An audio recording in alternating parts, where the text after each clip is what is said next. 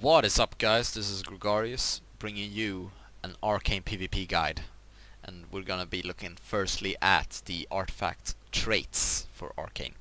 You're gonna be getting your Mark of Luneth, your artifact ability. Then you're gonna go for Might of the Guardians, Blasting Rod, Aegwyn's Imperative, Mana Shield, and Rule of Threes. Something like that. I can't pronounce it, sorry. And then we have Aegwyn's Fury, Everywhere at Once, Touch of the Magi, and then we're gonna jump back all the way over here. Ethereal Sensitivity. Then you're gonna go up for this talent here, Aegwyn's Wrath. The only reason you see me having picked this one is because Aegwyn's Ascendance is because I really wanted to try it out, and it's not that great. It works fairly alright.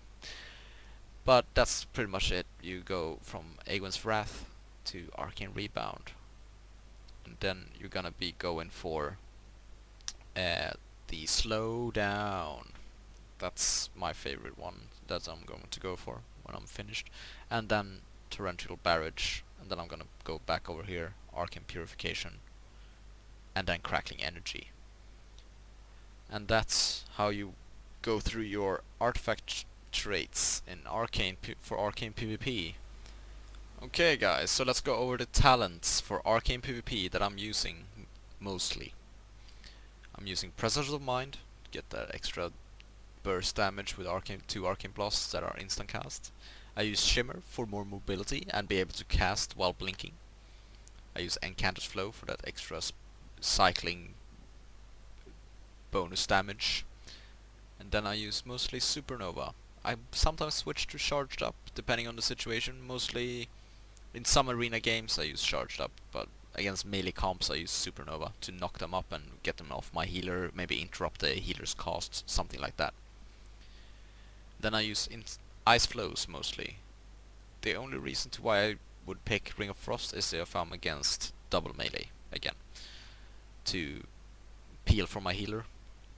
Maybe combo those together, Supernova, and start casting Ring of Frost, or you can Frost Nova and Ring of Frost, whatever works for you.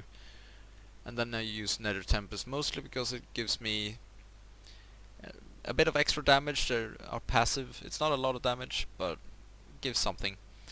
And it has a chance to bring out rogues from stealth, which also helps. Sometimes I go Erosion for more 8% damage increase. I rarely use Unstable Magic because sometimes when I polymorph and my Arcane Blast crits and explodes like that, it just ruins my day and I get killed. And for the last three, I always, in every situation, I use Arcane Orb. Getting those extra Arcane Charges is really helpful. Especially if, let's say you have a target at low HP, you think you're gonna kill him, you use Arcane Barrage with 4 charges, he doesn't die. You're like, oh shit, what do I do? You Arcane Orb, maybe even Arcane Explosion to get an extra stack, and you can use another Arcane Barrage and then he goes down. Something like that. And then the honor talents, we have Gladiator's Medallion. That's my choice because I really want to get out of those stuns. They really hurt for Arcane. Ow, ow. Train of Thought can be good in BGs if you're like stealthing up and killing someone. Else I usually just go for Mind Quickness at all times. Against melee cleaves I use Netherwind Armor, but mostly I use Prismatic Cloak. And I would only use Burning Determination if I'm playing with Ring of Frost, because you don't have anything. There's no spell you can cast that's of another spell tree. You only have arcane spells that are castable if you're not playing with Ring of Frost. So this talent is useless for you if you don't play with Ring of Frost. And I wouldn't pick anything other than Temporal Shield. I love Temporal Shield. It's the best thing they've ever come up with for mages, in my opinion. You can pretty much heal yourself to full HP if you use it correctly and you're getting nuked. I always use Concentrated Power because it gives me that extra damage increase for my really short burst window, which is really important. And then I always use Mass Invisibility. Master of Escape is really good as well. It really helps getting that extra stealth. But else I always use Mass Invisibility and I'm just saying that you can use Master of Escape if you don't have on level 46 or whatever it is you get your last talent. And that's it for the talents. Let's move on, guys.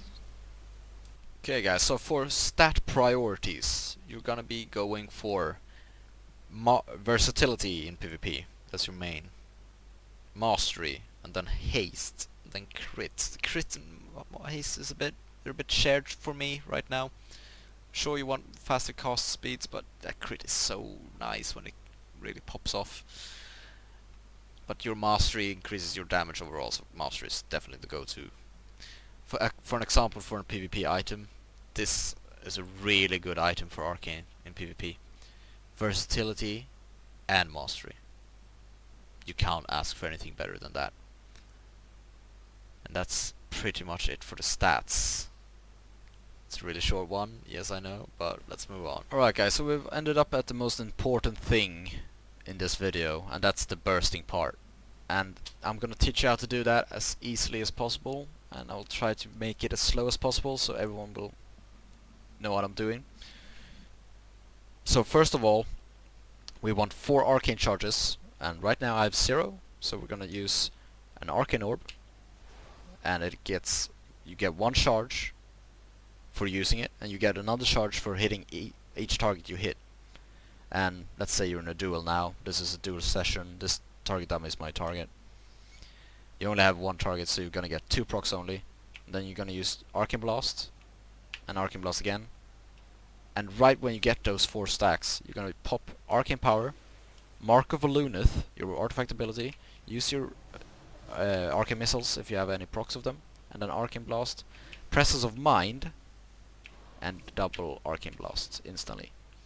That's gonna be a way quicker when you do it, because you want to get those 2 Arcane Blasts that you have instant cast from your Presence of Mind to go into your last exploding tick from a Mark of Volunith.